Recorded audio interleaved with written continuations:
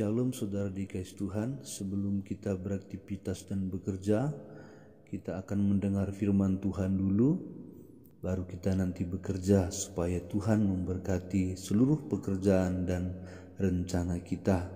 Namun sebelumnya kita akan dengar firman Tuhan dulu saudara, dalam Matius pasal yang ke-26 ayat 41 begini katanya, berjaga-jagalah dan berdoalah supaya kamu jangan jatuh ke dalam pencobaan. Ya, sampai di situ saja. Saudara dikasih Tuhan, saya buat judul firman Tuhan pagi hari ini yaitu berjaga-jaga. Saudara yang dikasih Tuhan, kata berjaga-jaga itu adalah sesuatu yang harus hati-hati, ya. Harus waspada. Kenapa harus waspada? Karena ada sesuatu yang harus kita jaga. Harus kita jaga dengan baik-baik supaya yang kita jaga itu jangan rusak. Pertama, jangan rusak. Terus yang kedua, jangan hilang. Terus yang ketiga, supaya tetap bisa dipakai. Itulah saudara dikasih Tuhan. Nah, contohnya kalau kita punya HP, itu harus kita jaga baik-baik. Kenapa kita harus jaga baik-baik? Supaya HP itu dapat digunakan seperlunya, semestinya. Tapi kalau kita tidak jaga baik-baik, dia bisa jatuh, dia bisa hilang, dia bisa rusak. Nah, saudara dikasih Tuhan, begitu juga dengan hati kita ini. Harus kita jaga lebih dari kita menjaga apapun. Emas 3 mayang mahal saudara. Kalau kita punya itu pasti kita jaga baik-baik. Dan kita simpan di rumah tidak sembarangan. Bahkan kita pastikan kalau kita simpan di rumah, andai kata masuk maling, si maling akan sulit mendeteksi di mana kita simpan emas itu. Karena begitu kita menjaganya, begitu kita hati-hatinya, karena kita sangat takut kehilangan itu. Nah saudara dikasih Tuhan, hati kita ini saudara harus kita jaga, ya. Iman kita ini harus kita jaga. Hubungan kita dengan Kristus itu harus kita jaga. Lebih dari apapun, melebihi dari apapun harus kita jaga. Sebab saudara dikasih Tuhan, itulah yang paling berharga.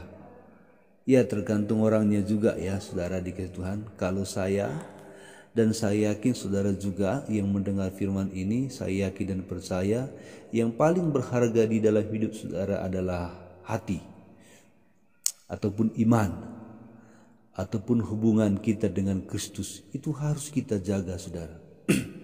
Sebab kalau kita tidak jaga, ketulusan hati kita, iman kita kepada Tuhan, kasih kita kepada Tuhan, saudara, itu bisa hilang, bisa jatuh, atau bisa rusak, ataupun kadar iman kita itu bisa berkurang. Ini yang perlu kita jaga saudara. Jadi Tuhan ingin kita menjaganya, sebab iman ini panjang sekali saudara.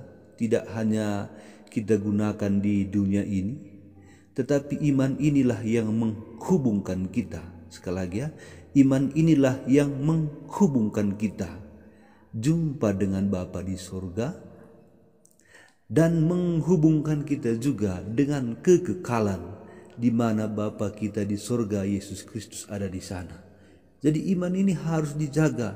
Kalau sempat kita kehilangan iman, apalagikah yang menjadi pengantar kita sampai ke sorga? Iman itu adalah hubungan kita dengan Tuhan. Itu yang harus kita jaga di dunia ini saudara. Jadi jangan sempat ya iman kita kepada Kristus itu dirusak oleh apapun. Contohnya karena ekonomi lagi turun, iman kita rusak karena itu. Jangan. Atau iman kita lagi naik, jadi sombong. Ya, orang sombong kan rusak imannya. Rusak iman kita. Jangan, saudara dikasih Tuhan, jangan. Atau tetangga yang tidak bersahabat, iman kita yang rusak. Ya. Atau orang lain yang diberkati, iman kita rusak. Atau orang lain tidak diberkati, iman kita rusak. Kita berkata, mampus dia, wajar dia terima seperti itu, karena itulah maka dia pantas menerima itu. Wah, kalau orang diberkati, kita berkata, segitu aja, belagak banget. Nah, saudara dikasih Tuhan, apapun bisa membuat iman kita rusak, termasuk istri, termasuk suami, anak-anak, pendeta, teman seiman. Wah, banyak sekali yang bisa membuat iman kita rusak. Tapi satu hal, saudara, yang harus kita jaga ialah iman kita harus jaga utuh. Nah, yang menjadi perlu di sini adalah bagaimana cara menjaga iman, kan begitu. Jangan nanti kita bilang jaga iman. Bagaimana cara menjaganya? Begini cara menjaganya. Yang pertama adalah rajinlah beribadah.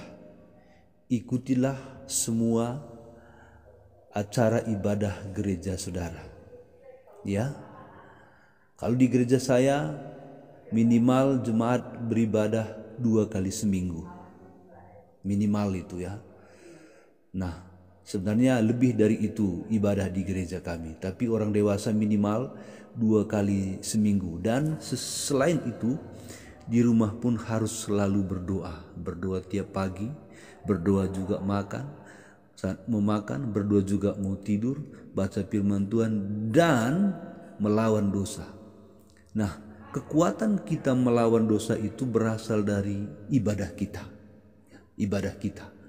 Sekali lagi, kekuatan kita melawan dosa, kekuatan kita mempertahankan iman kita itu tidak rusak, tidak jatuh, tidak gugur, tidak berubah adalah ibadah kita kepada Tuhan. Kalau orang yang ibadahnya kurang, kalau kekuatan ibadahnya kurang, kalau waktunya ibadah itu dia kurangi, ingatlah, dia tidak akan bisa menjaga imannya. Tidak bisa.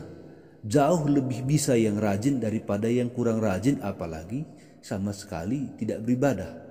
Nah, ini kuncinya saudara. Jaga iman kita dengan setia beribadah di gereja kita masing-masing. Tuhan memberkati. Saudara dikasih Tuhan, kita akan berdoa. Bapa di surga, terima kasih firman-Mu sudah kami dengar, masuklah di hati kami. Berbuahlah Tuhan, dan berbuah yang kekal. Terima kasih banyak Bapa Surgawi. Terima kasih Tuhan. Saat ini kami akan berdoa, hamba-Mu berdoa, anak-anak-Mu yang sakit, dimanapun letak penyakit mereka dalam tubuh, dalam nama Yesus sembuh. Terima kesembuhan dalam nama Yesus. Terima kesembuhan. Ekonomi yang sedang rusak ataupun hancur, dalam nama Yesus pulih.